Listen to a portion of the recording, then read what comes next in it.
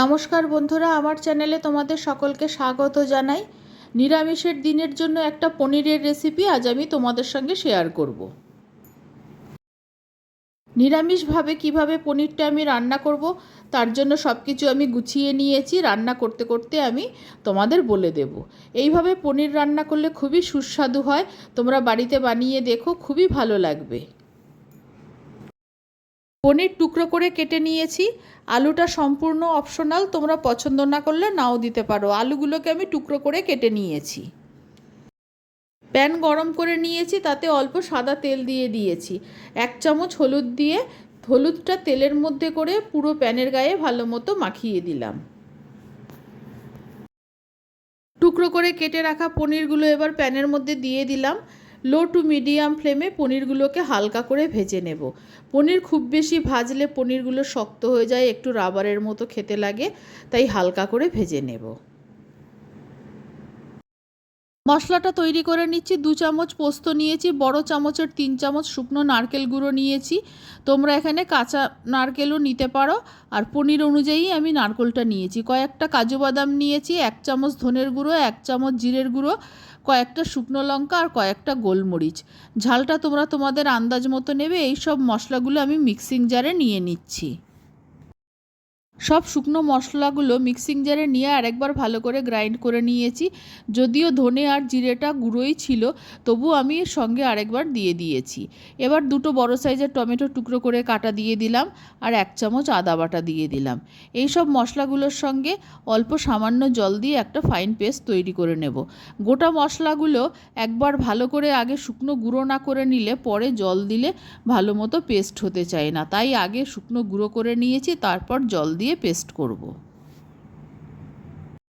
মশলাটা তৈরি হয়ে গেছে। এদিকে পনিরটাও ভাজা হয়ে গেছে, এখন নামিয়ে নিচ্ছি।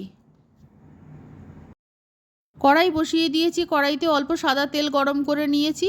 ফোড়নে দিলাম অল্প কসুরি মেথি, 1 চামচ জিরে আর 1 চামচ মতো হিং।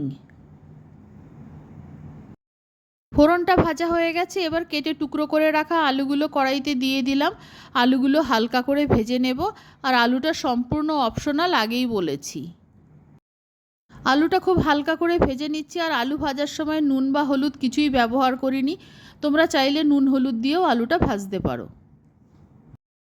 আলুটা হালকা ভাজা হয়ে গেছে। এবার মিক্সিং জারে যে মশলাটা তৈরি করে রেখেছিলাম, সেই মশলাটা আমি সবটাই দিয়ে দিলাম। মিক্সিং জারে লেগে থাকা মশলাটা ধুয়ে অল্প জল দিয়ে দিলাম, আর 1 চামচ হলুদ দিয়ে দিলাম। এবার আন্দাজ মতো নুন দিয়ে মশলাটাকে কষানো শুরু করলাম। লো টু মিডিয়াম ফ্লেমে কষাতে হবে। যতক্ষণ না মশলার ওপর তেল ভেসে উঠছে ততক্ষণ মশলাটাকে নাড়াচাড়া করে ভালো মতো কষিয়ে নিতে হবে। মশলাটা কষানো হয়ে গেছে, মশলার রঙটাও খুব সুন্দর এসছে, আর মশলার ওপর তেল ভেসে উঠেছে। এবার আমি জল দিয়ে দেব। জলটা দেওয়ার সময় ক্যামেরাটা অফ হয়ে গেছে, তাই দেখাতে পারিনি। গ্রেভিটা ভালো মতো ফুটে উঠেছে। এবার ভেজে রাখা পনিরগুলো দিয়ে দেব। পনিরগুলো আমি গ্রেভির মধ্যে দিয়ে দিয়েছি। এবার 3 থেকে 4 মিনিট আমি হাই ফ্লেমে ভালো মতো ফুটিয়ে নেব। আর নুন আর ঝাল ঠিকই আছে দেখে নিয়েছি। এবার 3-4 মিনিট ভালো মতো ফুটিয়ে নেব। রান্নাটা প্রায় হয়ে এসছে। নিরামিষ রান্না, একটা সুগার ফ্রি দিয়ে দিলাম। সবশেষে একটু গরম মশলা দিয়ে দিলাম। নিরামিষ পনির আলুর তরকারি হয়ে গেছে। আমি ভাত দিয়ে খাওয়ার জন্য তৈরি করেছি বলে এইটুকু গ্রেভি রাখছি। তোমরা রুটি, লুচি, পরোটার সঙ্গে খেলে আরেকটু কম রাখবে। রান্না কমপ্লিট হয়ে গেছে। এবার নামিয়ে নিচ্ছি, গরম গরম পরিবেশন করব। পনিরের এই নিরামিষ রেসিপিটি ভালো লাগলে আমার চ্যানেলকে সাবস্ক্রাইব করার, লাইক করার, শেয়ার করার অনুরোধ রইল। আর আমার নতুন পুরনো সকল বন্ধুদের আন্তরিক ধন্যবাদ ও ভালোবাসা জানিয়ে আমি আমার ভিডিও শেষ করছি। সকলকে অনেক অনেক ধন্যবাদ ও ভালোবাসা রইল।